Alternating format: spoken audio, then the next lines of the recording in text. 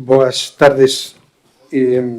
Vamos a dar comienzo a esta sesión ordinaria do Pleno do mes de xaneiro.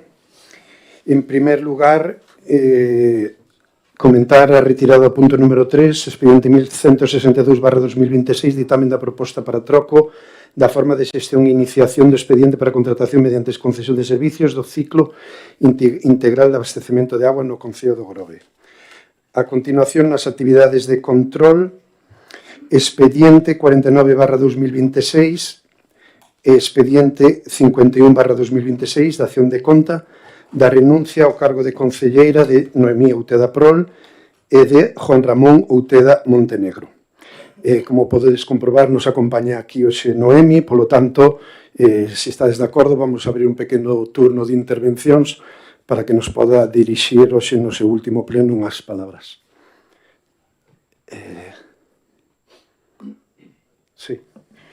Moi boa tarde a todos e a todas. Bueno, pois hoxe é o día que me veño a despedir. No mes de xuño deste ano, pois cumpriríanse 25 anos de que eu me sentara por primeira vez nunha silla aquí neste salón de plenos. Foi unha cousa sin pensar, eu non tiña pensado dedicarme á política, pero surxeu así. Bueno, presenteime no 99, pero non entrei, quedei ás portas en ese momento, pero os 2 anos o que fora alcalde Xosé Antonio Galiñanes dimiteu e entrei eu. E, bueno, en estes anos eu dediqueime máis que nada a áreas de sociais, educativas, culturais, porque a min o que me gustaba, máis que nada, era estar coa xente. Desde logo, creo que se en algo cumprín estos anos foi ser a persona que sempre fun, igual que antes de ser concelleira, porque eu, no fondo, sempre fun pois unha veciña do Grove como calquera. Teño moito que agradecerlle a moita xente que pasou por aquí. Coñecín a moita xente que, bueno, que me valeu para aprender moito. Eu, cando entrei, non sabía nada de política e a verdad que estaba así un pouco perdida. E sí que teño que agradecerlle a Gonzalo González Caneda, que foi concelleiro e que entrei con el naquela época, porque para min foi o meu pai en política. Eu era xoven, era inexperta e el, pois, defendíame. Era como o meu pai. E teño moito que agradecerlle, nunca me olvidarei dese home polo ben que se portou comigo. Coñecín a moitísima xente, como decía, pois coincidín con Chesky, coincidín con Xan Caneda e tamén con persoas que xa non están con nós, desgraciadamente, como é Luis Rey ou Neno, fallecido moi recientemente. Todos eles, pois, compartín con eles moitos momentos aquí no Concello, momentos moi bons, momentos moi malos, pero, bueno, eu quero quedarme cos vos porque, ao final, aprendí moitas cousas e con eso me quedo. E tamén quería agradecervos a todos vos, os que estades aquí, aos meus compañeiros, bueno, desde 2007, que José Cacabelos, o alcalde, pois me dou a oportunidade de volver a formar un equipo. Creo que fixemos un bo equipo, que éramos compañeiros, éramos amigos, e quería pois darlle un agradecemento a todos eles, os que están agora, os que xa non están, Jorge Olleros, Emma, Javi Caneda, Santi Meis, que tamén marchou hai pouco, e sobre todo pois tamén os compañeiros da oposición, porque, bueno, aínda que teñamos diferencias políticas, eu creo que antes que nada estamos as persoas, e eu levoume un bo recordo de todos vos, porque para min fostedes tamén compañeiros e amigos, e nada. Moitísimas gracias por todo. Marcho da mesma forma que cheguei, de forma inesperada, sin pretendelo nin buscalo, pero chega un momento en que teño que poñer punto e final a esta etapa, porque, bueno, desde logo, a depresión, o que che dá o médico non é estar en política para curala. E teño que parar, que poñer a miña vida en orden para poder continuar coa miña vida. E nada máis, pola miña parte, pois nada máis que decir. Moitas gracias a todos e nada, seguide traballando polo Grove, que temos o pueblo máis bonito da comarca e temos que estar aí dando exemplos demais. Nada máis, moitas gracias.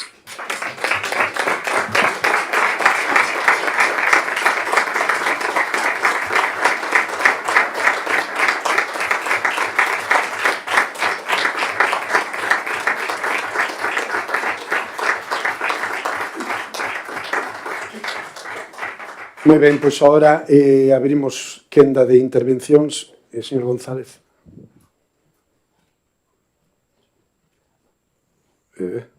Sí. Ahora, boas tardes a todas e a todos. Nada, simplemente no Grupo Municipal de Esquerda Unida desexarlle todo o mellor nesta nova etapa que encamiña, fora deste pois eso que acaba coa cabeza de un, e desexarlle mesmo, bueno, xa falamos tamén co señor Outeda que hoxe non está aquí, desexarlle mellor, lóxicamente, como grupo da oposición e non contrario ao seu grupo, tuvamos as nosas desavenencias, sempre no ámbito político e nunca no persoal, que iso é importante, e nada, reiterar os nosos mellores desexos para esta nova etapa. Moitas gracias, señor Noia. Sí, na mesma liña, nada máis que desexarche moita forza e moita saúde, e grazas polo sorriso de acollida que nos destes cando chegamos, tanto ti como ao señor Oteda. Moi ben, señor Leiva. Noemí, no meu nome propio e no nome dos compañeiros, pois nada, xa che escribí un WhatsApp personal. Quero reiterar o que xe dixen privadamente tamén, vou dicir públicamente.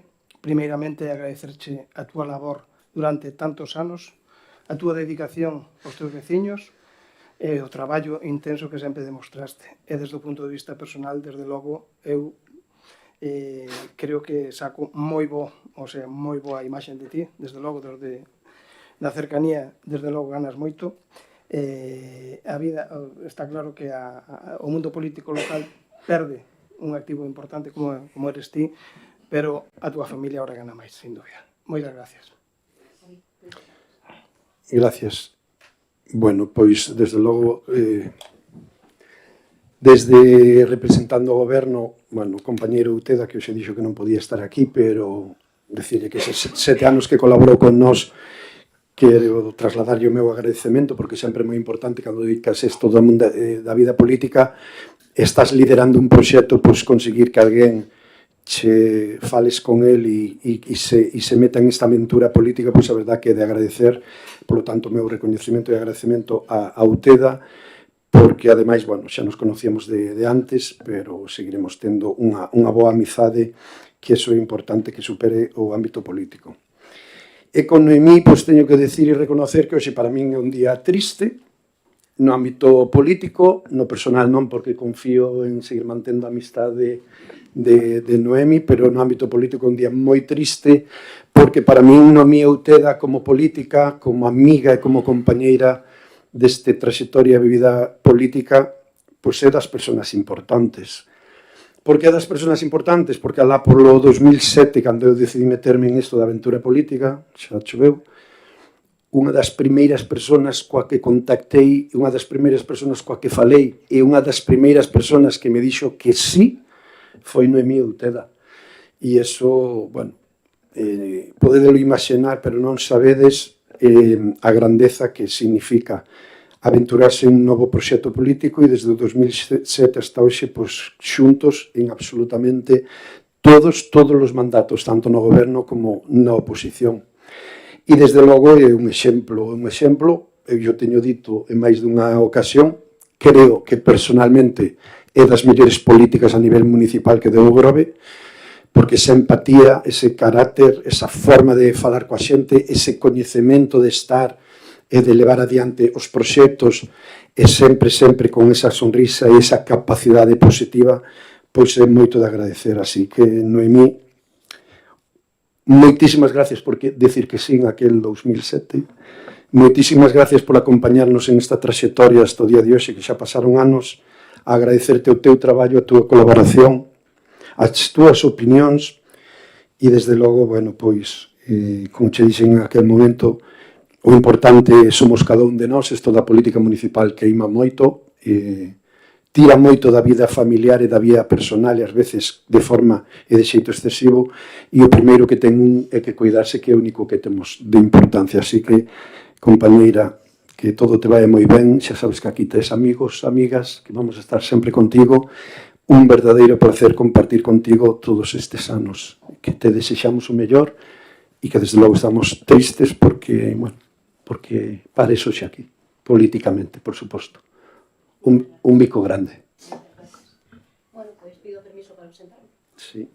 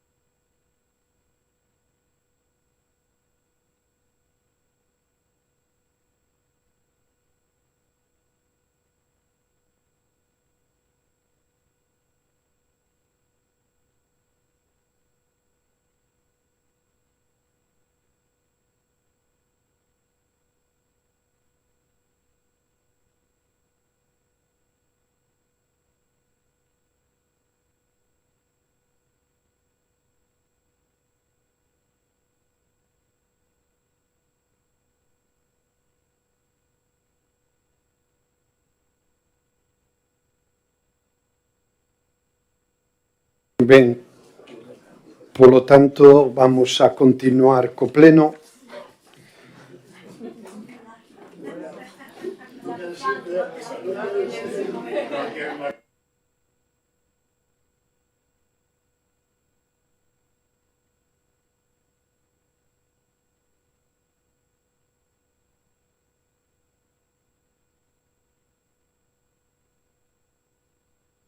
Pois, como dicía, vamos a continuar co pleno.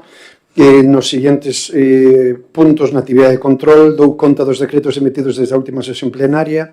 Así mesmamente dou conta dos acordos adoptados na Xunta de Goberno Local por delegación dende a última sesión plenaria. Temos, ademais, a aprobación da acta da sesión anterior, concretamente a acta do 9/12 de 2025.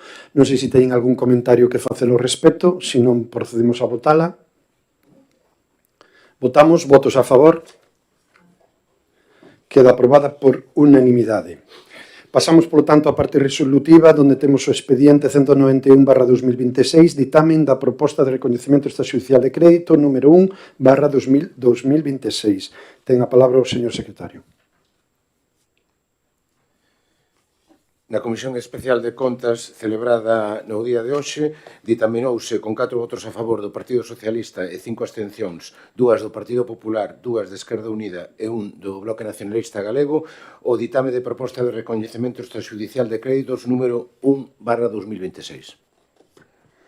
Moi ben, pois como acaban de escoitar, traemos un recoñecemento extrajudicial de crédito por un valor de 118.000 euros e correspondentes a facturas que corresponden ao exercicio 25 foron presentadas no 2026 ou ben que non se puderon atender por falta de crédito. De feito, hai unha delas, hai un grupo de facturas que corresponden á mesma empresa que atendo, que son unha partida importante económica, que son máis do 80% do total, de xeito que, bueno, que como outros plenos, primeiro pleno de cada ano de enero, traemos aquí este recoñecemento extrajudicial de crédito. Non sei se teñen algún comentario que trasladar. No, procedemos a votar, polo tanto, votos a favor. Abstencións. Queda aprobado por maioría. Pasamos ao seguinte punto, punto número 2, expediente 3854/2025, ditamen da ratificación do acordo de aprobación do proxecto técnico de obra de mellora da área de xogo no campo de fútbol Monte da Vila, incluído na solicitude de subvención do terceiro Plan Extraordinario de Infraestructuras Deportivas da Diputación Provincial de Pontevedra. Carai po enunciado. Doi a palabra ao señor secretario. A Comisión Informativa Xeral, celebrada no día de hoxe, determinouse favorablemente a ratificación da aprobación do proxecto técnico de obra de mellora da área do xogo no campo de fútbol de Monte da Vila, con 4 votos a favor do Partido Socialista e 5 abstencións, 2 do Partido Popular, 2 de Esquerda Unida e 1 do Bloque Nacionalista Galego. Moi ben, pois como acaban de escoitar, temos que traer a pleno, polo que competencia do mesmo, ao non estar delegado, e a aprobación de proxectos que non están recollidos no orzamento. Concretamente, este corresponde ao terceiro Plan Extraordinario de Infraestructuras Deportivas da Diputación de Pontevedra, donde, así como este ano 25 cambiouse o céspede do campo de fútbol de Lampans con este mismo fondo, agora procede dentro da área deportiva o cambio do céspede do campo de fútbol de Monte da Vila. Como require a propia subvención, o proxecto ten que estar aprobado e o órgano de aprobación corresponde ao Pleno para que podamos seguir tramitando esa axuda e, polo tanto, cumprir as condicións da Diputación e ser quen de que, unha vez concedida a subvención, pois alá polo mes polo verán, meses de xullo a agosto, ser capaces de, igual que se fixo en Lampás, cambiar o césped. Alguna intervención? No. Procedemos a votar, polo tanto, este punto número 2. Votos a favor. Apróbase por unanimidade. A ver se non se rompe racha. Punto número 4. Expediente 128/2026, ditame da moción do Grupo Municipal do BNG de rexeitamento a modificación da Lei de Patrimonio Cultural de Galicia promovida pola Xunta de Galicia. Señor secretario.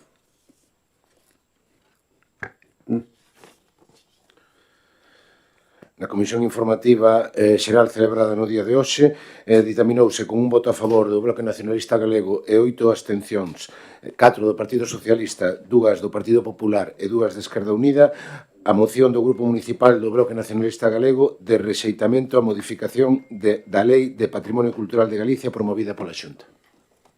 Moi ben, ten a palabra o señor Noia para defender a moción.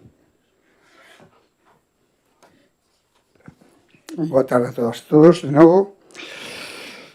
O próximo mes de maio de 2026 vanse cumprir 10 anos da aprobación da Lei 5/2016 do Patrimonio Cultural de Galicia, que nace coa pretensión de ser a base normativa fundamental na que se recollese o compromiso de Galicia co seu vasto patrimonio cultural e histórico. No entanto, o texto legal xa viu a luz dunha forma precaria e cando menos mellorable, xa que a lei desvirtuaba a lei precedente, tal e como argumentou o BNG na fase de tramitación parlamentaria. O PP propoñía unha nova lei que desgaleguizaba a legislación galega, desprotexía o patrimonio cultural e representaba unha política de defunción do noso patrimonio cultural. A lei de patrimonio foi modificada varias veces e na enésima modificación, a través da lei de acompañamento dos orzamentos para 2026, preténdese unha, entre aspas, reforma para mellorar a xestión, axilizar os trámites e reforzar a implicación dos concellos na protección do patrimonio cultural. Pecho aspas. Na práctica, 10 anos despois, lonxe de ampliar as competencias e a operatividade efectiva por parte da Xunta, o Partido Popular foi baileirando a Lei de Patrimonio Cultural de contido, de capacidade executiva e operativa ao mesmo tempo. Unha das consecuencias desta nova modificación é unha delegación masiva de competencias nos concellos nos ámbitos protegidos do patrimonio cultural, volvendo a sobrecargar co peso de máis competencias impropias a responsabilidade e a xestión nas administracións locais, que, por outra parte, non teñen capacidade, nin medios, nin persoal especializado, arquitectos, arqueólogos, nin recursos económicos para informar nin actuar no ámbito do patrimonio cultural. Isto terá como consecuencia que haxa unha total disparidade de criterios na aplicación da norma nos diferentes concellos de Galiza e a consecuente desprotección do patrimonio de todas as galegas e galegos. A delegación, como establecía inicialmente a lei, é exclusiva para concellos que cumpran cunha serie de condicións, sobre todo en canto a persoal técnico suficiente en número e capacitación. Mais a Xunta obvia este tema maior en obvia eses requisitos. Mais unha vez, os concellos cargarán co peso orzamentario de persoal de asumir unhas competencias que lle son impropias e quen se verá afectado ao fin será o noso patrimonio e, por extensión, o conxunto da cidadanía. O proceso de descrédito baleirado da Lei de Patrimonio Cultural a través da renuncia do Goberno da Xunta a xestionar as competencias exclusivas que lle son propias dá agora un novo paso adiante na desprotección do patrimonio cultural galego. Neste contexto, no BNG, consideramos que o Concello do Grove debe manifestar públicamente o seu rexeitamento á modificación da Lei de Patrimonio de Galicia. E, por todo exposto con anterioridade, polo que o Grupo Municipal do Bloque Nacionalista Galego no Concello do Grove somete a debate e aprobación polo pleno deste Concello esta moción, propondo a adopción dos seguintes acordos. 1. Solicitar á Xunta de Galiza a retirada da modificación da Lei 5/2016 do Patrimonio Cultural de Galiza que se recolle na Lei de Acompañamento dos Orzamentos de 2026. 2. Facultar á Alcaldía para tomar cantas medidas sexan necesarias para dar cumprimento a estes acordos. E 3. Dar traslado desta moción a todas as forzas políticas representadas no Parlamento galego. Obrigado. Moi ben, abrimos turnos de intervención, señor González. Vos, novamente.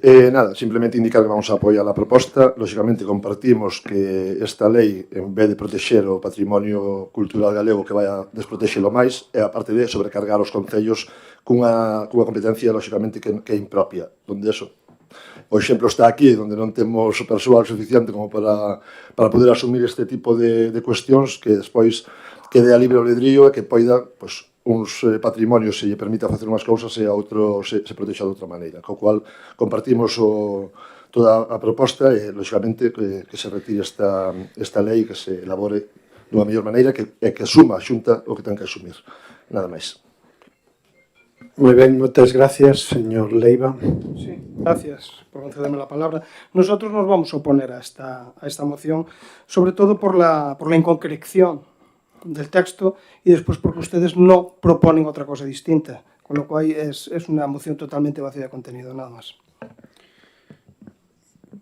Moi ben, moitas gracias. Pois desde o Grupo Municipal Socialista tamén nos vamos a votar en contra porque nós preguntamos e consultamos con os técnicos que teñen que facer esta xestión e todos coinciden unha cuestión que posiblemente se axilice moitos máis o trámite que actualmente. Por poñer un exemplo, a día de hoxe alguén que este afectado por un cruceiro e para iso pode estar a 25 metros da vivenda, quera cambiar un tellado, a día de hoxe, antes de ter a licencia municipal, ten que ir a Patrimonio a que lle autorice ese cambio de tellado por estar afectada por Patrimonio esa vivenda. Normalmente Patrimonio non baixa dos 6 meses dun informe, dos 6 meses, cando non moito máis. Entonces, para o veciño é moito mellor que presente todo o proxecto no Concello e, en ese caso, será o propio Concello o que lle autorice para levar adiante esa licencia. E máis, dentro da propia licencia urbanística, irá esa condición patrimonial. Para nós, axiliza, descentraliza e, sobre todo, para proxectos, lóxicamente, que bens que están catalogados dentro do catálogo de patrimonio aquí no Grove a nivel estrutural e ambiental, desde logo non de maior consideración ou de catalogación e protección patrimonial, entendemos que pode ser unha ferramenta que axilice e que mellore, de tal xeito que a partir de aí non entendemos onde hai as grandes dificultades. E o control patrimonial no Concello, bueno, pois será a través das propias áreas de urbanismo que se podan que se teñen que levar adiantes, que, por certo, como a día de hoxe tamén se fan, no? Dentro do control da xestión urbanística. Outra cuestión é ter máis medios ou menos medios, que iso sempre se pode mellorar, pero, desde logo, en principio, a nos parece unha fórmula viable, clara, para axilizar os procedementos. Señor Noia. Bueno, gracias, señor Otero. A ver, concreta pois é moi concreta. Punto 1. Solicitar á Xunta de Galiza a retirada da modificación da Lei 5/2016 do Patrimonio Cultural de Galiza que se recolle é unha modificación dentro dunha lei. O mellor, usted pensa que se retira a lei. Estamos falando dunha modificación da Lei de Patrimonio Cultural de Galicia. Unha modificación que afecta aos concellos, porque se ven lle di aos concellos fájanse cargo desto, non lle di toma os cartos para facerte cargo deso. Eso xa en principio, que despois sabemos lo de chorar por outros lados. Segundo, en isto xa lle contesto tamén ao señor Cacabelos, a lei de Patrimonio Cultural de Galicia é unha lei de país, non é unha lei de concello. Un concello, ao mellor, pensa que o que está ao redor de un piorno, como digo vostede, ten que levar unha serie de características e outro concello non, é pasar deso. É o que non pode ser. Hai que levar unha línea en todo o país se queremos manter un patrimonio. O que está usted dicindo simplemente é de aforrarlle os trámites a un ciudadano que este afectado nun momento dado por calquer cousa do patrimonio, pero que eso o que haberá que pedirlle, solicitarlle a patrimonio que sea máis rápido. Ni máis ni menos. Non que nós teñamos a capacidade de facelo porque o vamos a facer máis rápido. Non, habrá que mandarlle facer a que non ten que facer, porque senón isto vai a ser o que está sendo un despelote. Ni máis ni menos. Por aquí sí, por aquí no, pásanse mamos polo forro, en fin, estamos perdendo patrimonio cultural que ao final é patrimonio económico a marchas axigantadas, nun país que deso ten moito.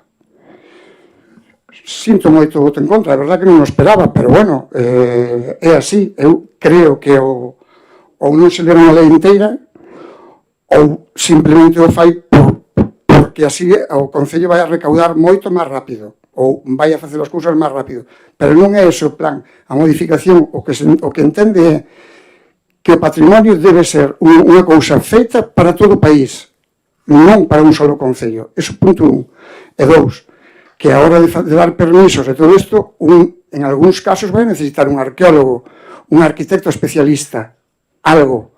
E nós aquí non o temos, porque casi non temos un arquitecto de prestado. Entonces, a mí méteme medo, nada máis.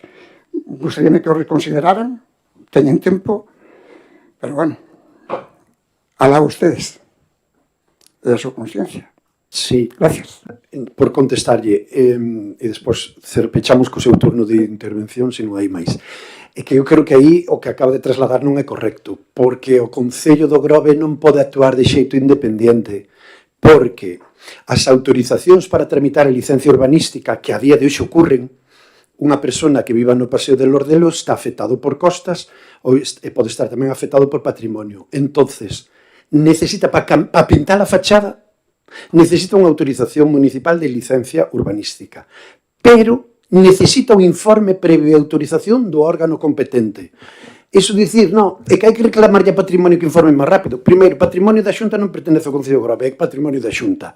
E o que nos di a experiencia de todos estes anos é que tardan mínimo 6, 7, 8 meses para dar unha autorización de patrimonio para un veciño que quera pintar a súa fachada. Mínimo 7 meses. Home, non nos parece lóxico.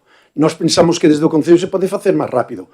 E despois fala vostede, non, é que o Concello de ao lado vai decir uns criterios e outro. É que está confundido aí. Está confundido porque iso se aplica aos bens que están catalogados dentro do catálogo de patrimonio que ten cada concello. En ese catálogo de patrimonio xa pon as características patrimoniais e especifica que é o que se pode facer e o que non se pode facer. É así de sinxelo. Non é que aquí ora o Concello de Grove vai dicir, bueno, pois, para respetar este cruceiro de aquí, pinte vostede a Casa de Rosa. Non.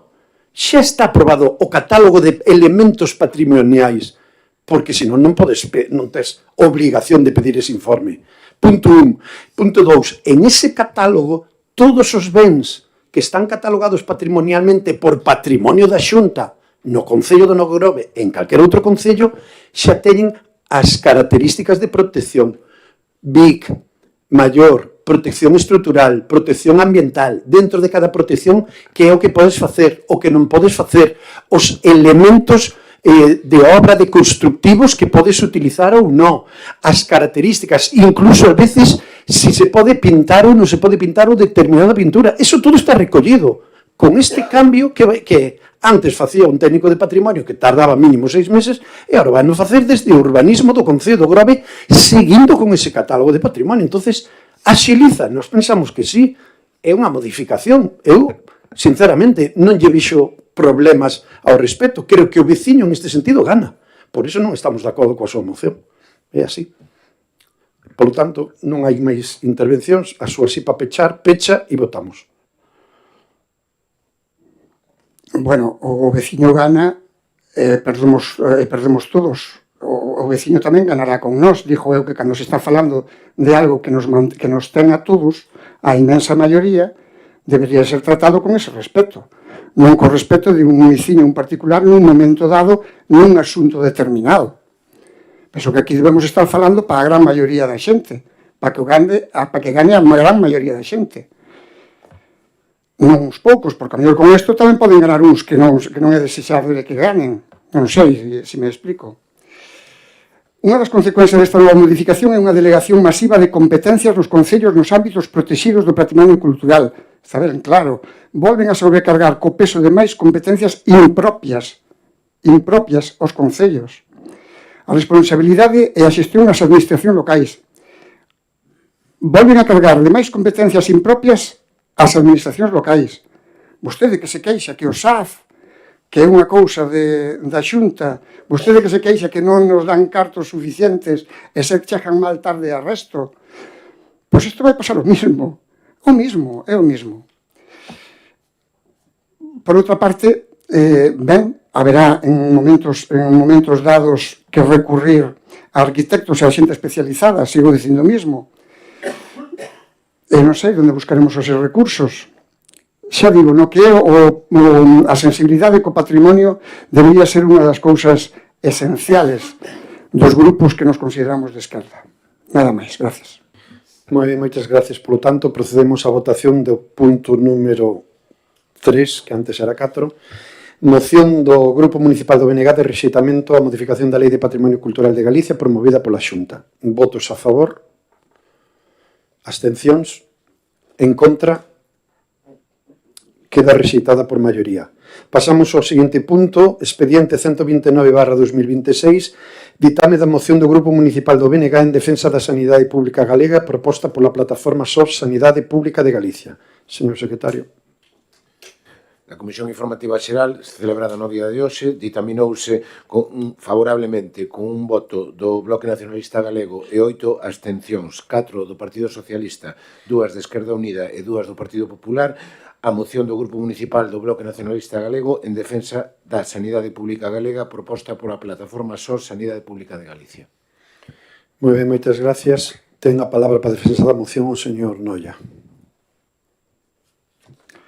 A Xunta de Galiza do Partido Popular leva anos empeñada na destrucción sistemática do sistema sanitario público galego para abrir o camiño á súa privatización e crear así unha sanidade dual, segundo o nivel de renda. Este proceso está acelerando perigosamente co desmantelamento e as barreiras de acceso á atención primaria e o crecemento e falseamento das listas de agarda. O Sergas desvía a miles de pacientes dos hospitais públicos aos privados concertados e non concertados, aos que rega con centos de millóns do orzamento público, mentras crecen de maneira exponencial os seguros privados que, ademais de ser unha estafa, non resolven os problemas de saúde da poboación e xeran unha brecha de desigualdade social. Dende a plataforma SOS Sanidade Pública de Galicia, consideramos que a política sanitaria da Xunta de Galicia pode definirse como injusta e perversa porque beneficia a privada cos nosos impostos, hospitais, empresas multinacionais, fondos de investimento, laboratorios farmacéuticos, empresas que fabrican equipos tecnolóxicos, profesionais corruptos e que a unha minoría de poboación privilexiada. Prexudica a maioría da poboación, especialmente a infantil, persoas maiores, enfermos crónicos, embarazadas, etc., poñendo cada vez máis trabas para acceder a centros de saúde e hospitais para a súa atención en condicións satisfactorias. E polo que este Concello acorda Transmitir á Xunta de Galiza o rexeitamento desta política sanitaria e manifestar que a poboación galega nunca vai permitir que se destrúa e privatice a súa sanidade pública. Estamos en contra de que os recursos públicos vayan a financiar e enriquecer a sanidade privada, mentre a pública segue con deficiencias de gran envergadura ás que non se lle pon solución de forma intencionada e coa fin de beneficiar intereses espurios. Manifestar o seu apoio á convocatoria da manifestación de SOS Sanidade Pública en Compostela o 1 de febreiro de 2026 ás 12 dende a Alameda. Ata aquí a moción. Eu quería animar a todos os que estamos aquí a participar desta manifestación porque vai nosa saúde xa non nosa, dos que veñen detrás nello. Gracias. Moi ben, moitas gracias, señor González. Señor Otero. Otero González. Sí, perdón. Non está activado.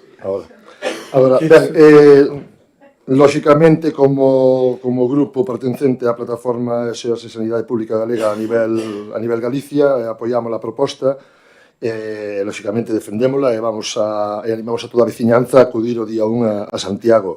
Lástima que non puidera vir a moción de forma conxunta polos partidos que formamos parte a nivel galego da propia plataforma, pero, bueno, animamos a toda a veciñanza a acudir a Santiago vindeiro domingo e a defender unha sanidade pública galega. Nada máis. Moi ben, moitas gracias. Nos decir que tamén estamos a favor desta moción, como ben se di, estamos dentro da plataforma e como apoiamos todas e cada unha das manifestacións en defensa da sanidade pública, vamos a seguir estando e, por lo tanto, tamén animamos a veciñanza do Grove a que se anime a participar en esa manifestación, de tal xeito que o noso voto vai ser favorable. Señor Noia.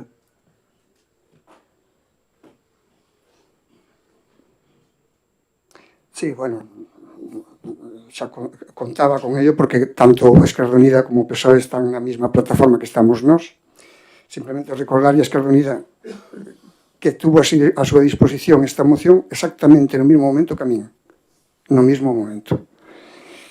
Nos subímola e a nosa intención era que vos a subirades tamén, vos a tutear neste caso, para así chegar aquí e presentala ou ben os dous ou fose a Xunta, nada máis, como en outras ocasións.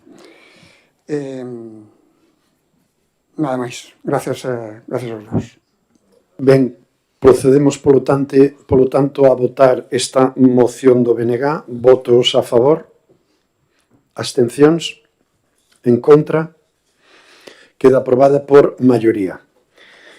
Pasamos, polo tanto, ás mocións de urxencia. Temos dúas do Partido Popular, pero antes temos unha promovida dende o Goberno, tal como se comentou na comisión informativa, que é a proposta de corrección de erros materiais nun acordo de pleno, concretamente corrección de erro material no acordo plenario da data 3/11/2025 relativo á adhesión ao convenio marco de envases domésticos de vidro. Teñen, creo que unha copia foi explicada polo propio Concello, é unha corrección de erros materiais técnicos que fomos informados esta mañán e por iso trémola de urxencia. Corresponde, como todas as mocións de urxencia, votar en primeiro lugar a urxencia, polo tanto, procedemos a votar a urxencia. Votos a favor? Apróbase por unanimidade. Bueno, non sei se algún comentario queren facer, creo que quedou explicado anteriormente na comisión por cuestións técnicas de corrección de erro material. Se non hai intervención, votamos. Votos a favor? Abstencións? Queda aprobada por maioría.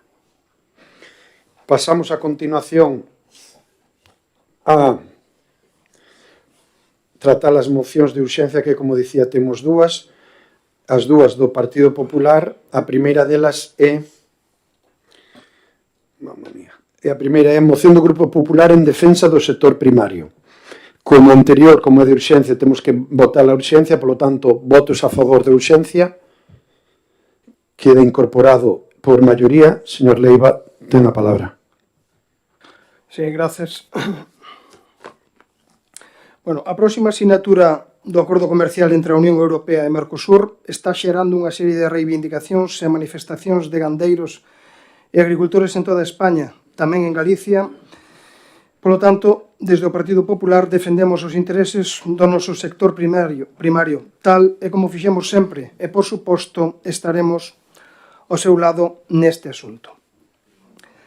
Galicia sempre defendeu ante o Ministerio de Agricultura, Pesca e Alimentación a exixencia de salvaguardas específicas para o sector primario, co obxectivo de que todo produto foráneo cumpra coas mesmas garantías e requisitos que, seguindo as normativas comunitarias, lle son exixibles aos nosos produtos para poder comercializar.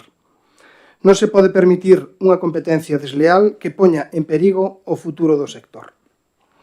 Neste sentido, nos últimos días estamos escoitando con preocupación algunhas declaracións do lado do Mercosur que xeran dúbidas sobre a implantación das cláusulas de salvaguarda incorporadas para o sector primario dentro do acordo. Cláusulas que debería defender con máis firmeza o Goberno de España, dado que son unha liña vermella para chegar a poñer en marcha o seu desenvolvemento. A maiores, si finalmente entra en vigor este acordo, é fundamental extremar os controis de fronteira que debe realizar o Goberno central. A maiores disto, outra preocupación de gandeiros e agricultores que tamén compartimos é as peticións de simplificación e reducción da burocracia alrededor da política agraria común, especialmente agora que está en proceso de debate a aprobación ao novo marco financiero plurianual 2028-2034. É imprescindible que Europa se dote dun PAC forte, con fondos suficientes e diferenciados, posto que será a maneira de apostar polo relevo xeracional e o desenvolvemento rural en todos os Estados membros, especialmente relevante nunha comunidade como a nosa.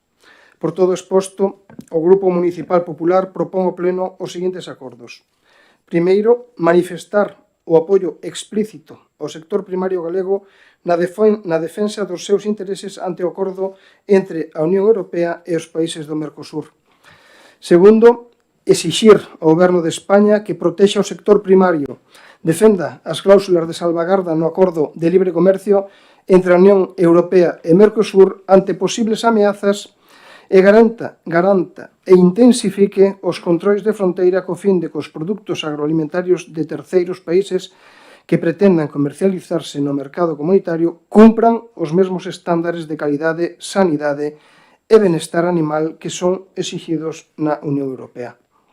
Terceiro, instar a Xunta de Galicia a reclamar ante o Goberno central estas peticións e a seguir intensificando as medidas de apoio ao sector primario, especialmente no ámbito da sanidade animal, a prevención de enfermidades, as compensacións por perdas e o control da fauna salvaxe que afecta as explotacións. Cuarto e último, facer unha fronte común desde Galicia para reclamar unha nova política agraria común con fondos suficientes e diferenciados que permita asegurar as axudas directas a gandeiros e agricultores para promover a remuda xeracional e, ao mesmo tempo, asegurar un adecuado desenvolvemento rural. Gracias. Moi ben. Intervencións? Señor Otero. Ben, sí, a verdad que, dende Esquerda Unida compartimos a preocupación do sector primario galego e o seu malestar con este acordo entre a Unión Europea e Mercosur. E, por iso, a Esquerda Europea presentou unha proposta para paralizar este acordo, ao cal me sorprende porque o Partido Popular votou en contra desa paralización, o sea, estaba a favor de que se continuase co acordo. E agora presentan esta moción que realmente tampouco vai ao fondo da problemática, porque o problema non é que falten controis, o problema é o acordo en sí. Entón, lóxicamente, vamos a defender que os produtos que entren teñan as mesmas os mesmos cauces que teñen os de aquí. O que é prohibido aquí non pode vir algo de fora que se lle permita traballar con ese produto que entre da mesma maneira ou libremente cando aquí se lle proíbe.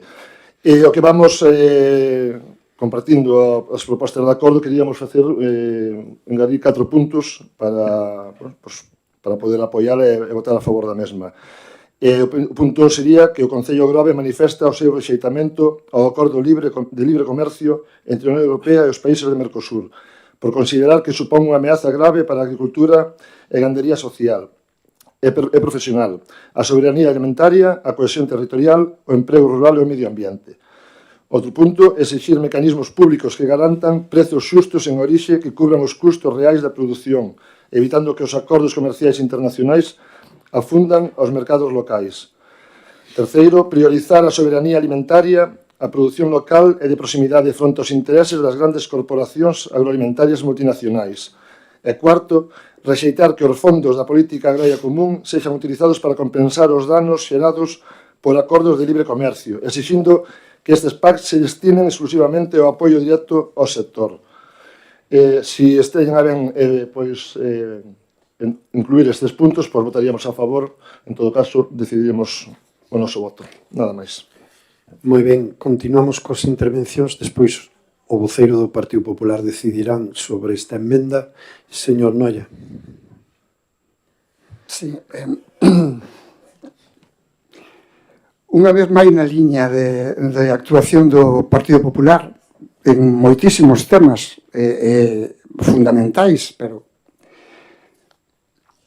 queremos a autopista AP9 gratuita, pero cando o goberno amplíolle a concesión e a día de hoxe seguimos pagando gracias ao Partido Popular. O PP pretende enganar, eu penso que quen quere ser engañado. Teñan cuidado porque cada vez se engañan menos. A verdade. Posicionamento dos grupos políticos con representación da Cámara Galega sobre o Tratado de Mercosur. Ese que crea problema por estar redactado en contra dos nosos intereses. Digo vostedes, PSOE a favor, PP a favor, BNG en contra. No BNG estamos ao servicio deste país, non andamos con subterfugios. Gracias. Moi ben. Decir que nos vámonos a abster en esta moción, xa que non temos un posicionamento respecto a este convenio, que, por certo, despois de 25 anos de negociación se chega a un acordo e o Parlamento, pois, o Parlamento Europeo votou na baixo, ou polo menos votou en contra na última sesión. De tal xeito que, bueno, pode haber puntos a favor, pode haber puntos negativos, pero, bueno, creo que supera o ámbito de competencias do Concello do Grove un convenio como de envergadura destas características como é o convenio de Mercosur, de tal xeito que nos vámonos a abster. Señor Leiva. Nada, sempre... Sí. Nada, bueno, nós o Consello que lle damos a Izquierda Unida é que houbera presentado unha moción eles nestes termos. Nós non vamos a modificar a nosa. Nada máis. Moi ben, gracias. Entonces, non se acepta a emenda proposta por Esquerda Unida, polo tanto, vótase a moción tal cual foi redactada e presentada inicialmente. Procedemos á súa... Que? Sí, tes réplica, pero despois el ten a palabra outra vez. Bueno, pero... A ver, se teño dereito, vale, senón, por dame igual, pero vamos. No, é simplemente que non é que se tirara abaixo, é que botouse para atrás para facer modificacións, non que se tirara abaixo. Ese é o perigo, ojalá se tirara abaixo. Gracias.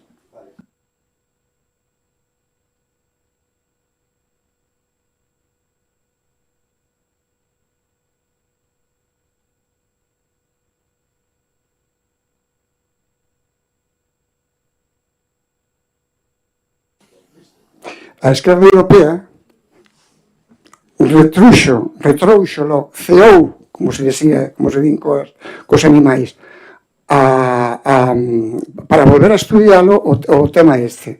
Ni máis ni menos, gracias á colaboración de grupos como Izquierda Unida, como o Bloque incluso, coa súa modesta aportación. Pero non se votou abaixo. De feito, o que se solicitou desde o ano 2014 que se empezou con esta historia por parte do Bloque é que estos non fora adiante tal como estaba plantexado. Gracias. Procedemos, polo tanto, a votar a moción de urxencia do Partido Popular respecto ao Mercosur. Votos a favor? Abstencións? Queda aprobada por 4 votos do Partido Popular. Temos unha segunda moción de urxencia do Partido Popular que leva por título moción do Grupo Popular do Concello do Grove sobre a necesidade de que o Goberno de España flexibilice e adapte as obrigas establecidas no Regulamento Europeo de Control da Pesca á realidade operativa na nosa frota litoral artesanal. Xa vos vale tamén. Joder. Isto casi é unha novela. Ben, entonces, como punto anterior, votamos a incorporación da urxencia. Votos a favor? Queda aprobado por unanimidade, por lo tanto, queda incorporado ao orde do día. Señor Leiva, ten a palabra. Sí, gracias. O coñecido como Regulamento de Control Pesqueiro establece novas obrigas en materia de seguimento, notificación electrónica, localización e trazabilidade digital da actividade da frota, plenamente exigibles desde o pasado 10 de xaneiro de 2026. O novo e estrito marco normativo está a xerar gran malestar, especialmente entre a frota pesqueira artesanal que opera no litoral e zonas máis próximas á costa, xa que introduce obrigas desproporcionadas que non atenden á realidade e características da actividade que desenvolve este sector. A falta de preparación, planificación e adaptación normativa, administrativa e tecnolóxica por parte do Goberno de España, máis en particular do Ministerio de Agricultura, Pesca e Alimentación, deriva en graves consecuencias, tales como que numerosas embarcacións de pequena eslora non dispoñan dos equipamentos electrónicos necesarios para cumprir as novas obrigas. Que unha parte significativa do sector quede exposta a sancións por incumprimentos derivados non dunha mala praxe profesional, senón de a inexistencia de medios axeitados. Que se produza un colapso administrativo pola implantación precipitada de sistemas digitais complexos. Que as comunidades pesqueiras máis vulnerables sufran os maiores impactos ao non poder asumir nin os custos nin as dificultades técnicas de adaptación. Estas circunstancias supoñen un risco real para a continuidade da actividade da nosa frota pesqueira, para a seguridade xurídica do sector e para a igualdade competitiva respecto das frotas doutros Estados membros que se adaptaron ás novas obrigas. Entre os aspectos que máis preocupación están a xerar no sector pesqueiro galego destacan, entre outros, os seguintes. A implantación do Sistema de Seguimento Electrónico ERS, Diario Electrónico de a bordo, para todos os buques de eslora igual ou superior a 12 metros. No caso dos buques de menos de 12 metros, a súa aplicación é progresiva, podendo o Estado membro atrasala ata 2028 se xustifica a inexistencia de dispositivos axeitados para embarcacións de pequena eslora. Segundo, o rexistro electrónico de capturas, caderno digital de pesca, obrigatorio para os buques de máis de 12 metros e condicionado nos de menos de 12 metros á disponibilidade de medios técnicos determinados polo Estado membro. Terceiro, a notificación previa de entrada en porto, incluído o aviso previo para o desembarque, cun prazo que pode oscilar entre 1 e 4 horas segundo o tipo de pesqueira e de porto. Esta obriga afecta a todos os buques de máis de 12 metros e, no caso dos de menos de 12 metros, cando leven capturas de especies con obriga de desembarque ou suxeitas a tax. Cuarto, a declaración de desembarque electrónica obrigatoria para os buques de máis de 12 metros e, no caso dos de menos de 12 metros, cando descarguen especies suxeitas a cota ou cando así o determine o Estado membro. 5. A trazabilidade digital obrigatoria desde a primeira venda ata o destino final, que obriga tamén as embarcacións de menos de 12 metros a facilitar información digital das capturas, o que supón unha dificultade engadida para pequenos barcos sen conectividade suficiente.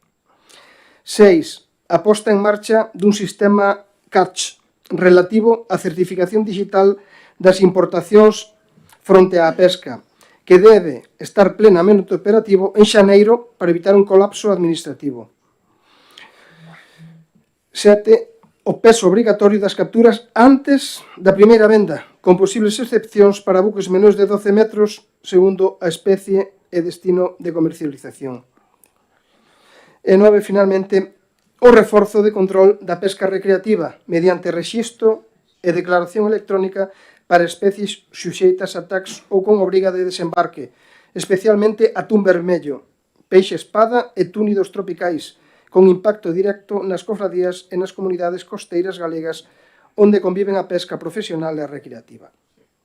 Con todo, hai unha realidade que os actuais responsables ministeriais e do Goberno de España parecen ocultar, ou polo menos non están aproveitando nos seus xustos termos, como é o feito de que o propio Regulamento Europeo prevé a necesidade de aplicar as novas obrigacións de forma proporcionada, permitindo aos Estados membros da Unión Europea, entre eles o Reino de España, introducir flexibilidades cando iso non comprometa a eficacia do control. No noso país, unha parte moi significativa da frota opera no litoral, en zonas moi próximas á costa, con mareas de curta duración e desembarques frecuentes nos mesmos portos requerirá desta flexibilización das obrigas. Así mesmo, a frota artesanal caracterízase por ser multiespecífica, capturando un elevado número de especies en cantidades reducidas, moitas delas sin relevancia desde o punto de vista da xestión de cotas ou de impacto biolóxico. Ninguna destas características sirveu para que o Goberno de España adoptase medidas de adaptación ou flexibilización das novas obrigas, pese a que a normativa europea así o permite. Compre, en consecuencia, evitar que se consoliden factores que dificulten aínda máis a xa de por sí difícil actividade pesqueira da frota galega, ou que xere unha carga administrativa desproporcionada para este segmento da frota, sen que iso achegue un valor engadido significativo ao control pesqueiro. Esta situación afecta negativamente a viabilidade económica das distintas pesquerías, a seguridade no mar e o mantemento do tecido social e productivo das zonas pesqueiras. Convén lembrar, ademais, que tanto as Cortes Xerais como o Parlamento de Galicia, diversos concellos, cofradías e múltiples organizacións pesqueiras xa trasladaron esta mesma demanda, requerindo ao Goberno de España a analizar e impulsar as medidas de flexibilización que falábamos antes, exencións e simplificacións xa previstas no regulamento. Iniciativas que contaron co respaldo maioritario dos grupos políticos, incluído, curiosamente, a do Grupo Socialista que forma parte do mesmo Goberno de España, que permanece pasivo ante as demandas do sector. De feito, a pesar de devandito mandato, ata a data non se produciu ningún avance efectivo nin se adoptaron medidas concretas para trasladar á práctica as posibilidades de adaptación que ofrece a normativa europea, manténdose unha aplicación ríxida do réxime de control que o propio regulamento permite modular. Por todo iso, resulta necesario reiterar esta demanda instando ao Goberno de España a abandonar a súa posición de pasividade e oídos xordos ante as demandas do sector e requerirlle con total contundencia que faga uso efectivo das posibilidades que ofrece a normativa europea para aplicar un réxime de control máis flexible e adaptado á realidade operativa da frota litoral e artesanal, contribuindo así á súa sustentabilidade económica e social e ao cumprimento equilibrado dos obxectivos da política pesqueira común. Polo exposto, solicitamos a adopción do seguinte acordo: que o Pleno Municipal do Grove inste ao Goberno de España, primeiro, aplicar a flexibilidade prevista no Regulamento Europeo de Control de Pesca en materia de notificación previa de chegada a porto, excluindo do prazo de preaviso aqueles buques pesqueiros que operen habitualmente en zonas próximas á costa do litoral español, sempre que non se vexa afectada a capacidade de control e inspección. Segundo, establecer para a frota artesanal multiespecífica que opera no litoral un réximen simplificado de rexistro de capturas que permite excluir da obrigación de consignación individualizada daquelas especies cuxa captura sexa inferior a un limiar mínimo como 50 kg por marea, sin perxuízo do rexistro completo das especies principais. Terceiro, definir criterios obxectivos e transparentes, tipo de frota, proximidade ao porto, duración da marea, carácter multiespecífico da pesquería, para a aplicación destas medidas de flexibilidade, garantindo en todo momento a rastreabilidade global das capturas e o cumprimento da normativa de control. Cuarto, que é o penúltimo, impulsar no ámbito da Unión Europea unha interpretación armonizada ou unha adaptación normativa do réxime de control que teña en conta as especificidades da pesca artesanal multiespecífica, evitando cargas administrativas desproporcionadas e favorecendo a sustentabilidade social e económica do sector. E quinto e último, facer unha análise que detalle a situación real do sector pesqueiro respecto ao grao de implantación dos sistemas electrónicos de seguimento, notificación e trazabilidade exixidos polo Regulamento Europeo de Control de Pesca, identificando de maneira específica os segmentos da frota, especialmente a pesca costeira artesanal que non están en condicións de cumprir as novas obrigas. Asimismo, darase conta do presente acordo ao Ministerio de Agricultura, Pesca e Alimentación aos grupos parlamentarios con representación nas Cortes Xerais e no Parlamento Galego. Gracias. Moi ben. Abrimos intervencións. Señor Naya. Bueno, decir que estaba na línea da anterior. Nós é que non acabamos de entender como o sector pesqueiro galego aínda lles cree algo do que lles din. Porque que lles minten de continuo. Andan dicindo nos distintos medios da súa corda que o Executivo Europeo descoñece a nosa realidade. E nós preguntámonos, quen é o Executivo Europeo? É o Espírito Santo? É alguén etéreo? Sen sustancia? Pois que sepan todos os que nos oen, que sepan tamén especialmente o sector pesqueiro neco e galego, que o Executivo Europeo, ese que descoñece a nosa realidade, está gobernado polo Partido Popular Europeo. Do que vostedes e os seus diputados, os caladiños que están alá arriba en Europa, forman parte. Quen apoiou esta normativa en Europa? Quen a impulsou? Quen a promoveu? O Partido Socialista e o Partido Popular, que no Parlamento Europeo votaron a favor desta normativa. Débese decir a verdade ás persoas, en este caso ao sector pesqueiro, que unha iniciativa do PP de Galicia do 19 de decembro insta ao Goberno de España a que urxentemente aplique o regulamento e poña a súa operatividade en marcha para o 10 de xaneiro. Isto ten que saber todo o mundo, porque é a verdade, como é verdade, que a principal defensora do regulamento do control da pesca foi, na actualidade xa non é, Clara Aguilera, eurodeputada do PSOE andaluz. Este foi o elemento principal onde o PP puxo a foco durante todo o proceso, na súa liña de confronto permanente co PSOE, e para desgaste do Goberno de Estado, agochando, eso sí, que o seu voto foi favorable ao regulamento. En todo caso, o BNG leva opoñéndose á política pesqueira común vixente desde 2014, por ser esta moi negativa para a frota galega. Un dos principais defectos é a diferenciación que establece entre pesca artesanal e pesca industrial. Así, o regulamento considera que a pesca artesanal é toda aquela que se leva a cabo en buques de menos de 12 metros de eslora e a pesca industrial a que sobarda esa longitude.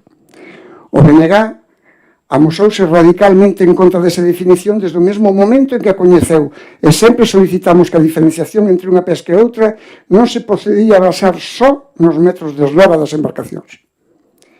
Dese xeito, e de acordo co sector, levamos máis de 10 anos pedindo que se atendan tamén criterios como a distancia do caladoiro, a duración máxima das mareas, o uso de artes de pesca sostibles ou o número máximo de tripulantes a bordo.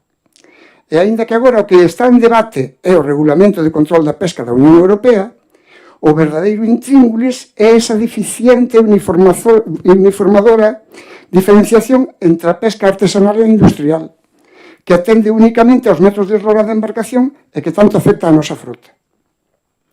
Entón, sabendo isto, preguntámonos, Dixeronlle vostedes a realidade ao sector pesqueiro agora que andan lanzando mocións e poñéndose detrás das pancartas? Non, calaron a boquiña. E intentan engañar até difundir bolos nos medios dicindo incluso que nós votamos a favor. Ahora que ven o erro, pretenden arranxar o asunto presentando mocións e falando frases tan bonitas como baleiras de contido. Ao final, o acordo que se chegou co Ministerio días atrás a nós e a moitas confradías parecenos insuficiente. Unha simple modificación para calarlle a boca ao sector. Pero, evidentemente, vai seguir traendo implicacións moi negativas para a frota artesanal galega. A señora eurodiputada Ana Miranda foi a única deputada galega en votar en contra deste regulamento no pleno do Parlamento Europeo o 16 de outubro do 2023. E sen cambiar de chaqueta volveu denuncialo o 19 de xaneiro do 2026. Este tema fainos creer moito en nós mesmos como país. Non se poden resolver problemas sen ter en conta as singularidades dos territorios. O tema pesqueiro non pode ser tratado igual aquí que en Francia, Andalucía ou Mediterráneo, do mesmo xeito que os problemas de auga, de agro ou da gandeiría o anterior Mercosur son diferentes aquí que practicamos un minifundio que en Andalucía ou Levante que son latifundistas. Simplemente por eso hai que aprender do que decía Aristóteles no ano 380 a.C., que decía aquilo de que o trato xusto consiste en tratar os casos iguais do mesmo xeito e os casos diferentes de diferente xeito. Eso é o xusto. O noso voto vai ser a abstención porque coincidimos no espírito da moción. Sí, claro, porque é unha moción que podíamos presentar nós. De feito, estábamos para presentar unha e dixemos, non, xa presentamos dúas, vamos deixar que o PP presenta deles. Sinceramente, porque os acordos, máis ou menos, veñen nos dando a razón a nós, ni máis ni menos. Entón, abstenémonos.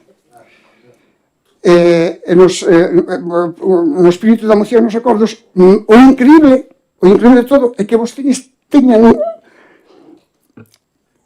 non sei se decir, o morro, con todo o respeto, o morro de presentala despois dos antecedentes que acabo de sinalar. A favor, e agora presentan a moción para desdecirse de todo o que levan feito hasta ahora. Increíble. Gracias. Moi ben, moitas gracias. Desde o Grupo Municipal Socialista vámonos a abster. Pensamos que esta moción chega tarde porque o acordo que hubo a semana pasada entre os representantes do sector pesqueiro e o ministro van na línea que se presenta na moción, de tal xeito que o propio sector desconvocou as folgas e as paros que tiñan organizado, de tal xeito que pensamos que chega tarde en ese sentido. Nós xa amosamos públicamente o apoio ao sector mariñeiro do Concello do Grove, a cofradía, en eses días en que se manifestaban, pero despois da reunión que houve en Madrid, o acordo que chegaron, pois desde logo nós o aplaudimos e vai na línea que presentada a moción do Partido Popular. Por iso pensamos que chega tarde e incluso que sería máis recomendable retirala. En todo caso, o noso voto vai ser abstención. Señor Leiva, rematar, se non votamos.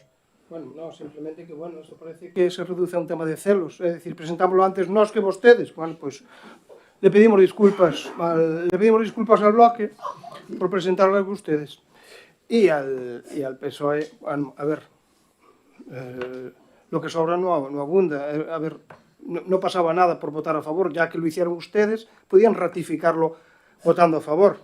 Pero bueno, cada uno que, aun sabiendo que es un interés para Galicia, pues, y que todos los puntos son acertados. Pero bueno, como dice usted, señor alcalde, es política. Nada, gracias. Ben, moitas gracias. Procedemos, polo tanto... Nunca estás tranquilo. A ver, ten a palabra breve, que é segunda quenda, Señor Leiva, que presentaron esta moción por urxencia. Si quixera meter eu a miña, xa a metía antes. Venga, hombre, ustedes xa tenían Sanxenxo, xa presentaron antes en Sanxenxo. A ver, que ustedes nos controlan a nos, pero nós non nos controlamos a vos,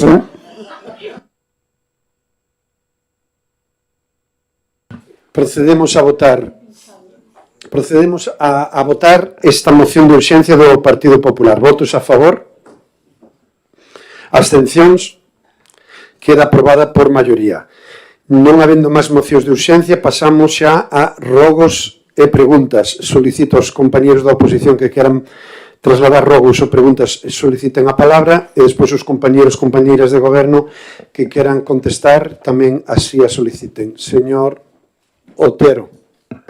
Sí, bueno, xe teño poucas. Queríamos preguntar cando van a comezar as obras de Hortos, porque levan os tubos ali un tempo e casi se van a enterrar sós. Entón, quería saber cando van a comezar esas obras. Logo, advertir e exigir que se solucione no pabillón novo. Os extintores levan sin pasar a revisión dende abril do 2023 e sin o timbrado dende abril do 2025. Isto é algo perigoso, en caso de que suceda algo no pabillón, pois a verdad que a responsabilidade é saber a quen atinxen.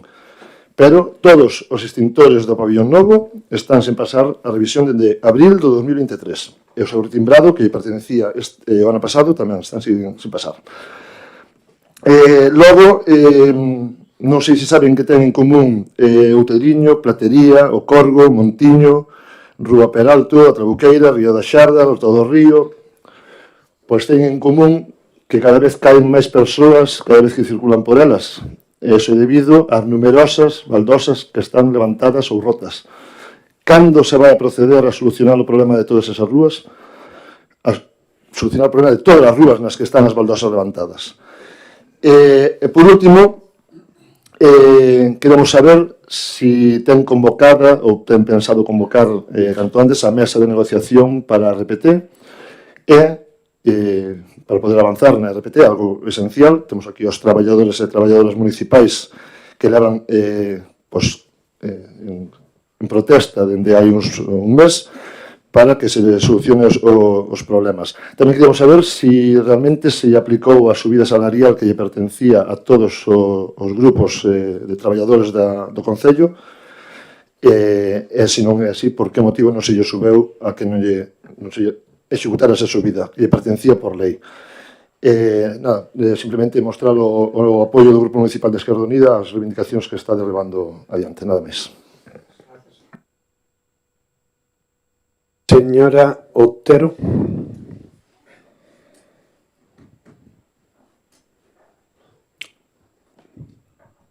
Isto vai como vai. Ahora. Nada, tres cuestións rápidas. A primeira, quería preguntar polas marquesinas que están, que non están colocadas. Eu supoño e quero pensar que porque como son temas de accidentes terá que ir con parte de seguro e se terá que facer cargo seguro, pero se houbera algunhas disponibles que se sacaran de outros sitios e non se podían poñer momentaneamente porque, claro, as condicións meteorológicas últimamente non son como para que a xente este a choiva.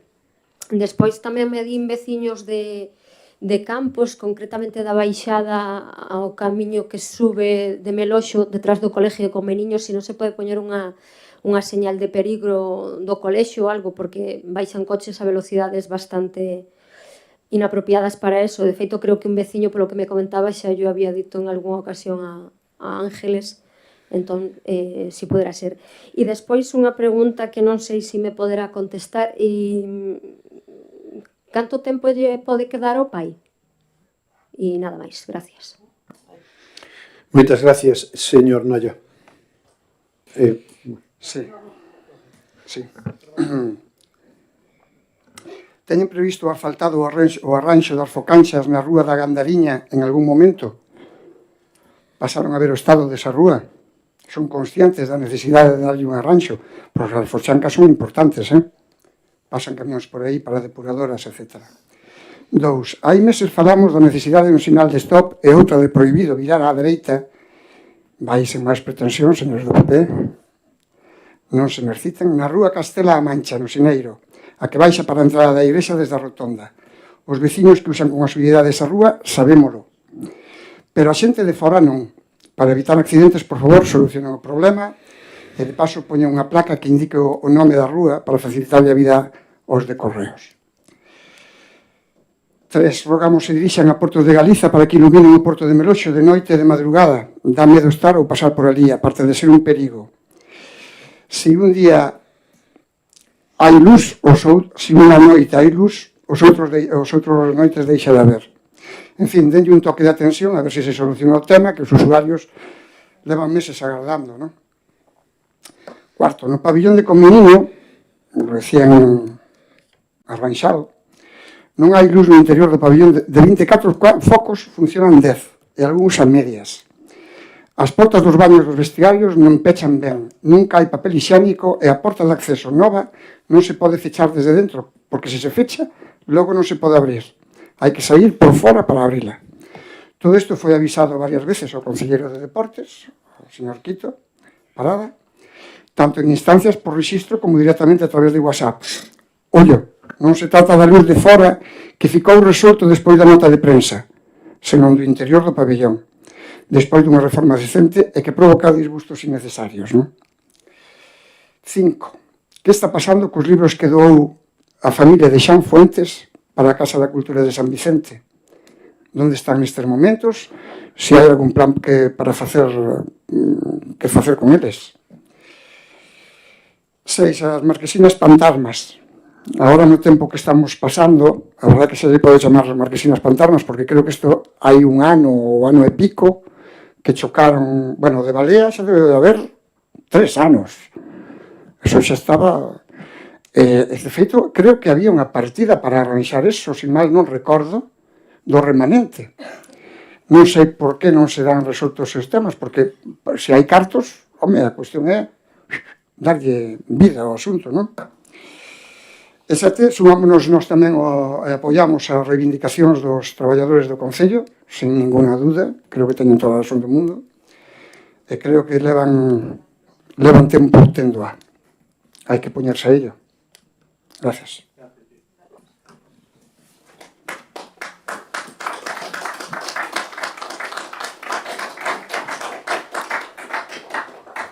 Señor Leiva.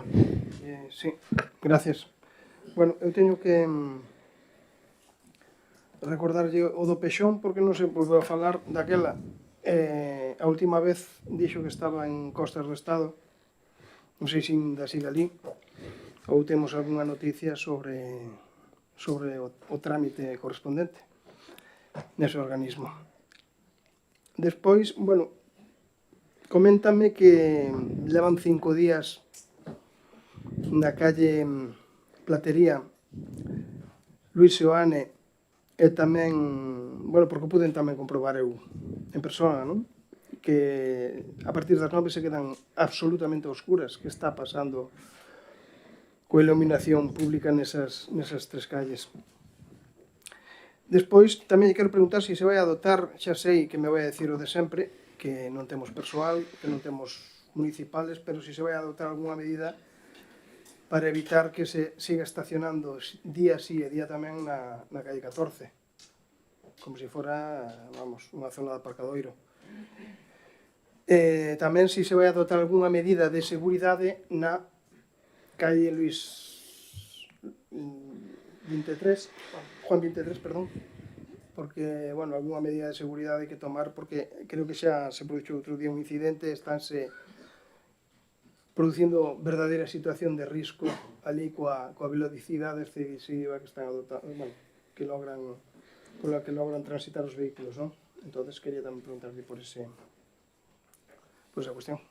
Gracias. Gracias.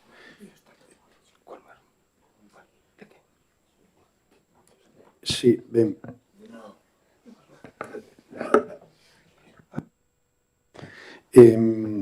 Ben, cedo a palabra a señora Domínguez. Hola, boas noites a todas e a todos.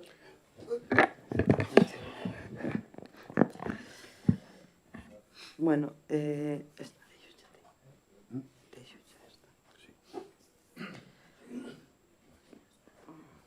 estamos recibindo moitas queixas, como di o señor Otero, das rúas que están con baldosas. Estánse solucionando algunhas, pero quedamos sin material antes de finales de ano e esta semana xa está empezando a chegar o material necesario parte de que tampouco tiñamos personal, porque as dúas persoas, os dous operarios, están de baixa.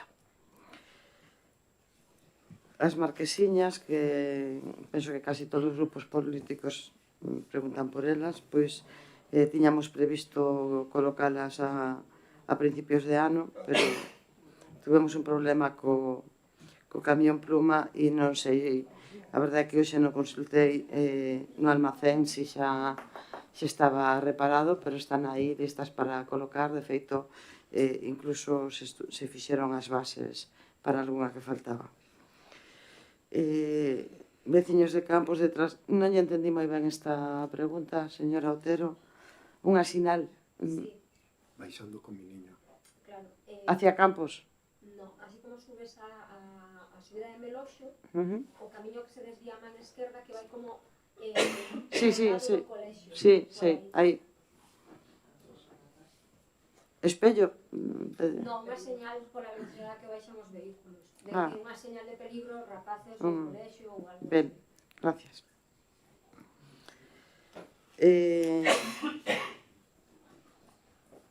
Señor Noia, Rúa Gandariña, a que se refire? A Gandariña de Rons ou a de Reboredo? A de Rons. A Rúa da Gandariña está dentro do plan de asfaltados que se van a cometer agora en canto mellor un pouco tempo. E con respecto a placa do Sineiro, teme que perdonar, pero tampouco lle entendí moi ben. Na baixada da iglesia? Sí, de la rotonda, Sí. rotonda que hai ali. A baixada da iglesia?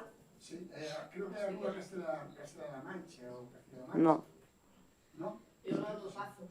Sí, entendolle perfectamente. Que vai polo pazo que vai dar exactamente á entrada da iglesia.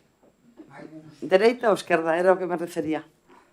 Hai dúas desde a rotonda, as dúas van ao carón do Pazo. Está a tienda de repuestos de...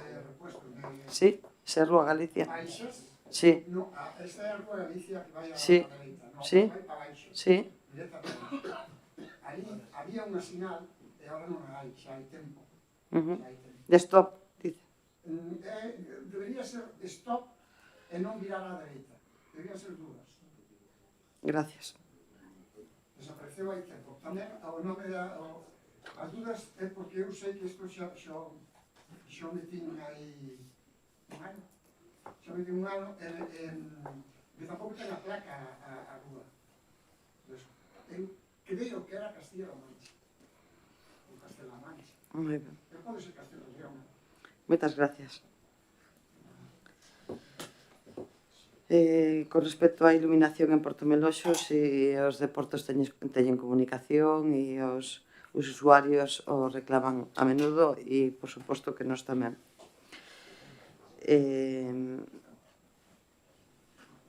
A Rúa Pratería, señor Leiva, está solucionada desde esta mañán. Sí que estuveron varias veces ali os operarios, pero non co tempo, a verdade é que non lle permite moi ben arranxar as cousas da mellor maneira, porque non encontraban onde estaba a avería e está dentro todo do mesmo cadro, pero esperemos que esta mañán xa quedará solucionado. Medidas de seguridade en Xoán 23. Esta concelleira chama a menudo o enxeñeiro delegado do mantenimiento de zona, porque é unha estrada da Xunta, e en repetidas ocasións solicitamos, por favor, ao menos 2 pasos elevados e medidas suficientes, e estaban estudiando, non sei se van a chegar a algo agora este ano e van a facer algunha, en principio parece que sí, pero non yo podo confirmar. Penso que, moitas gracias a todos, e penso que calquera duda, pois, aquí estou. Ben, señora Galiñanes. Hola, boa noite. Pois, con respecto aos libros que preguntaban dende o BNG, a verdade é que están sendo catalogados, parte deles xa están catalogados e na Casa da Cultura de San Vicente e outra parte pois seguen na Casa de Cultura do Grove en espera de ser catalogados e pasar a formar parte do fondo de libros de San Vicente. Moitas gracias. Gracias, señor Parada.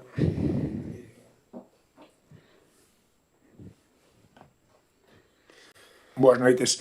En canto aos extintores, a verdade non tiña nin idea. Estaba ahora revisando os servicios feitos xusto a que queda, porque estaba vendo que si asinei factura do pabellón vello, dos 2 campos de fútbol, pois mañá mesmo nos poñemos en contacto coa empresa para que pase canto antes.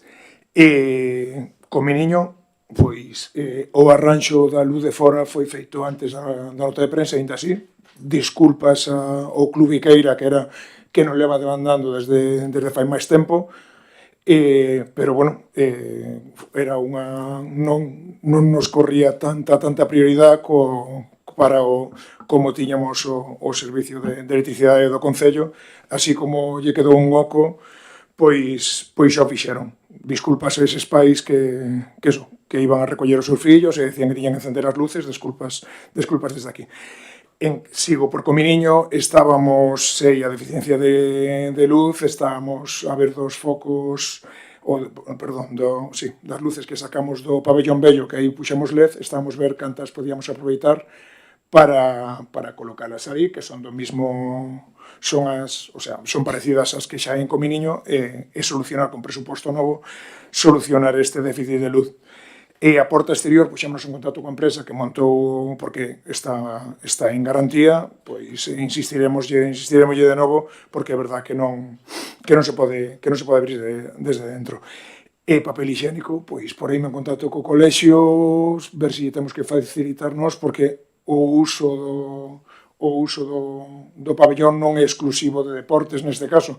Entonces, ali que teñen un conserxe propio para esta instalación, si nós temos que pagar desde o Concello o papel higiénico, que xa pagamos, o que se utiliza no colexio, pois reforzar isto, pero é bastante máis doado para o colexio mirar se hai papel higiénico todas as mañás que ter que subir outro operario municipal de deportes a mirar se hai ou non. E eso, outra vez desculpas, porque aí van, sobre todo polas tardes, meniñas pequenas, e se se atopan sin papel higiénico, moitas pasan vergonza e antes de pedilo, pois as pobres van para casa molladas. Sinto moito, pero eso, intentaremos solucionar todo isto.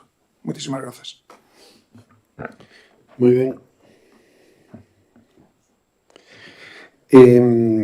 Respecto ao estacionamento en Rúa Castelao, estamos xestionando a instalación de cámaras de control de matrículas de control por cámaras, como se está facendo en outros concellos, tanto na Rúa Castelao como Luís Seoane, como outras rúas, porque é certo que son rúas pionís e a día de hoxe non se están usando dese xeito.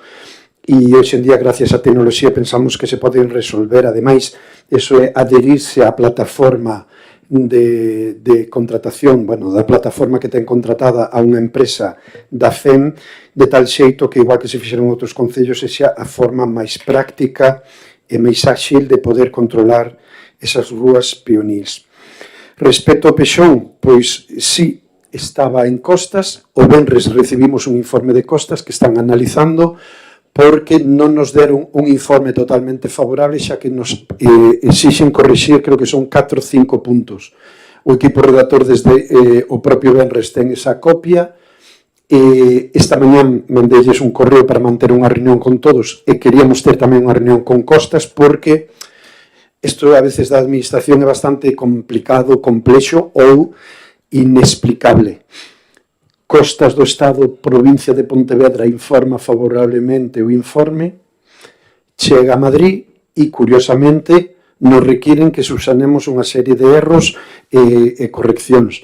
Non se acaba de entender se aquí en Pontevedra, que conocen o Grove, que se falou cos técnicos, informan favorablemente, que Madrid non fan o mesmo. De tal xeito que o momento máis rápido e áxil resolver estes problemas, falar con Costas de Madrid para obter definitivamente xa ese informe favorable, que é o que nos falta para mandalo a urbanismo. O pai son 5 anos. Se non me equivoco, non creo que foi o 23 cando empezou, o 22, 23, polo tanto, se o 27, 28 é a obligación de telo aberto pola subvención que nos deron. pero como ben saben, seguimos traballando no noso obxectivo de, unha vez desafectados os terreos, que xa se mandou por parte da arquitecta a documentación no mes de decembro do 25, mandouse toda a documentación que nos requerían, confiamos que finalmente desafecten os terrenos da guardería e unha vez que sexan municipales, desde logo nos vamos a pedir á Xunta de Galicia ao consorcio que faga unha ampliación da gardería de Morróns para acoller a máis rapaces, porque o PAI é un servicio en precario que, por certo, ten un coste elevado que supera máis dos 100.000 euros o ano. As obras de hortos, bueno, como podrán entender, a climatoloxía non é a mellor, a que estamos vivindo é a mellor para abrir rúas e cambiar todos os servicios que van pola rúa, pero esa obra está contratada, igual que a Rúa Lepanto, igual que a Rúa do Repeso, igual que boa parte do Montiño, que vamos a mellorar todo o que é a zona das baldosas e hai que meter o formigón e, polo tanto, as obras de hortos no mes de febreiro van a comenzar. De feito, nós temos pendientes de facer unha charla cos veciños e veciñas da zona para explicarlles o que vai ser a obra, a duración e todo o que é esa obra. Como ben saben, é unha obra que se cambia todos os servicios, abastecemento, saneamento pluviais, ten unha nova iluminación, un novo asfaltado e, a máis, vai se facer unha senda peonil por unha das marxes, porque, bueno, a Rúa Hortos tamén dá para o que dá. E eso se explicará aos veciños no momento que comece as obras, que serán en breve. E despois, mesa de negociación RPT. Primeiro, subida salarial. A subida salarial no Concello de Grove pagouse no mes de agosto e o 31 de decembro de 2026. Pagouse a todos os traballadores. Por certo, antes incluso que a Xunta de Galicia, porque como non hai ningún tipo de prazos, a Xunta de Galicia aínda vai a cometer e pagar a subida salarial, cousa que a plantilla do Grove cobrou a 31 de decembro do ano pasado, do 25, perdón, que o 26 é que estamos. E a cuestión da RPT, bueno, vostedes saben, e a mesa de negociación e os traballadores e traballadoras tamén o saben, porque levamos moitas reunións coa RPT. Eu creo que nadie vai poder decir que, como alcalde, fui un alcalde que máis veces me reunín cos traballadores en mesa de negociación para falar da RPT, que máis avanzou nunha RPT, nunca se avanzou tanto, pero agora a cuestión é que hai unha diferencia económica, hai unha diferencia porque a implantación da RPT en números redondos está valorada económicamente en torno aos 800.000 euros, e vostede, como concelleiro do Pleno, sabe perfectamente que a día de hoxe, económicamente, non podemos abordar unha RPT. En primer lugar, porque non temos un orzamento actualizado que recolla unha partida económica para esa RPT. De tal xeito que eu confío que Esquerda Unida, cando presentemos un borrador, apoiará un presuposto, un orzamento aquí no Pleno, e, desde logo, en ese momento que teñamos orzamento aprobado co apoio de Esquerda Unida, non vou a dubidar que van a aprobalo, aínda que as súas sonrisas xa me fan dudar, pero cando aprobemos ese orzamento, entonces, lógicamente, volveremos a convocar a mesa de negociación porque hai que falar de cartos. Ahora, o que queda de RPT son cartos. 800.000 euros. Eu, no mes de decembro, tuve unha reunión da mesa de negociación onde se falou deste ámbito, quedaba supeditada a que houbera un acordo para aprobar o orzamento que pasa previamente, vostedes saben, polo menos na situación actual, por aprobar unha taxa turística que nos xere unha serie de ingresos. Xa sei que din que non, espero que non digan que non, cando dixeron que sí no mes de novembro. Entonces, esta é unha cuestión económica que hai que tratar no orzamento. E no momento que digo que presentemos un borrador de orzamento e a Esquerda Unida diga que si apoian este pleno ese orzamento, donde eu xa lle din orden a interventora no borrador do orzamento que hai xa unha partida económica para RPT, entonces claro que podemos sentarnos na mesa de negociación, porque volver a sentarnos na mesa de negociación para falar dunha RPT sin a capacidade de decir canto vai a ser a RPT deste ano 2026 e posiblemente tampouco a partida do 27, do 28 ou do 29, porque tamén hai unha diferencia que é a aplicación da RPT en cantos anos. 800.000 euros en 10 anos serían 80.000 euros ano.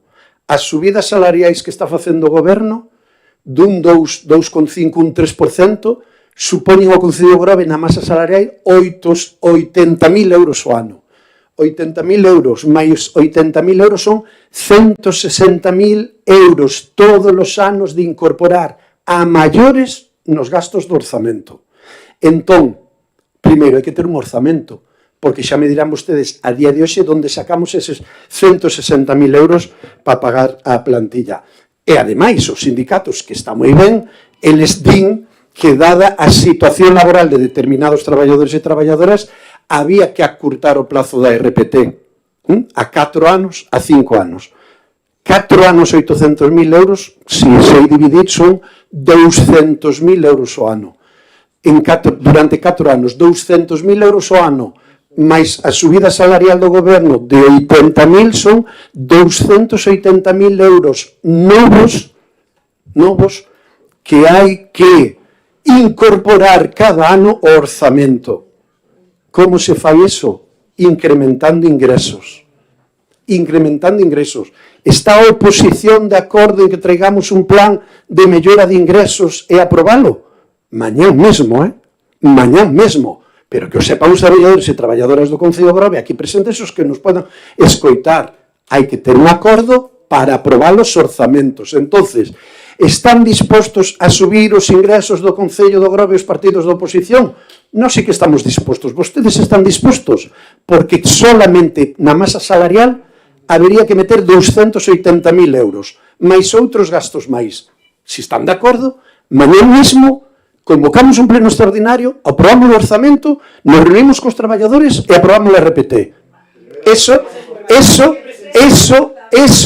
hai que facelo, claro, pero é moi fácil falar desde a oposición cando despois chega o momento e non votamos, porque miren, eso mismo pasou coa proposta que trouxemos para subir o IBI, a auga, o lixo, en outubro de 2023, e votaron en contra todos.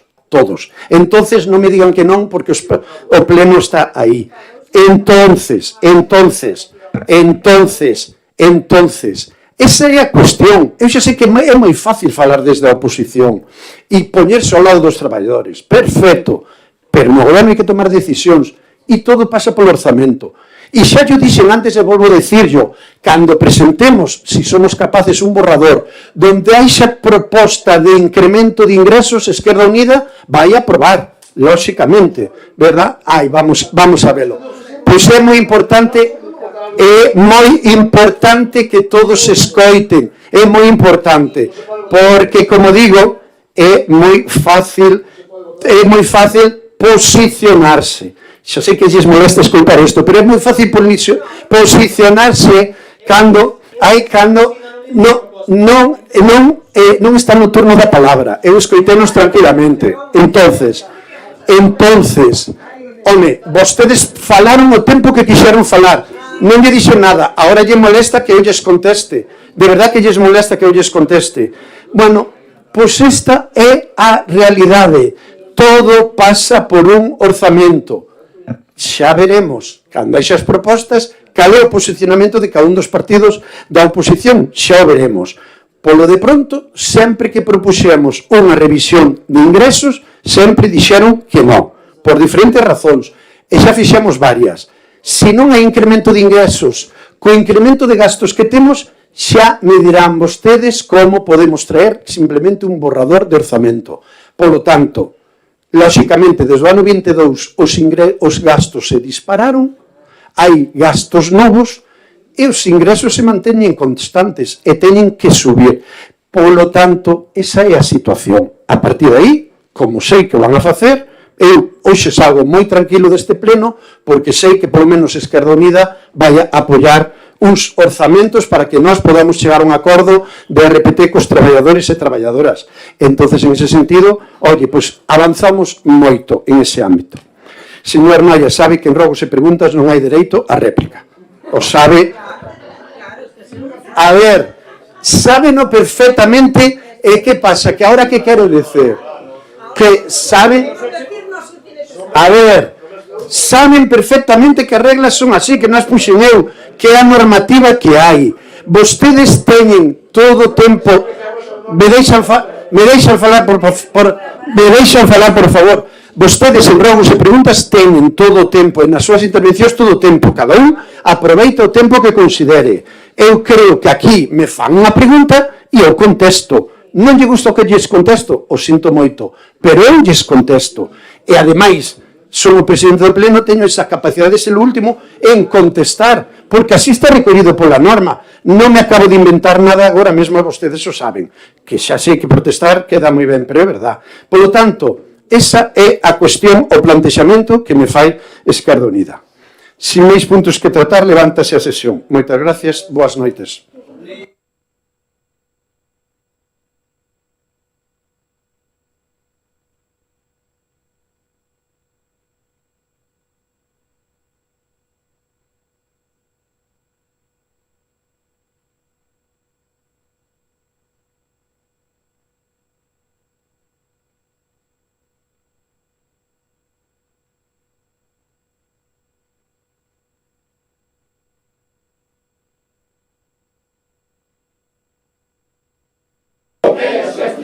O público exercito.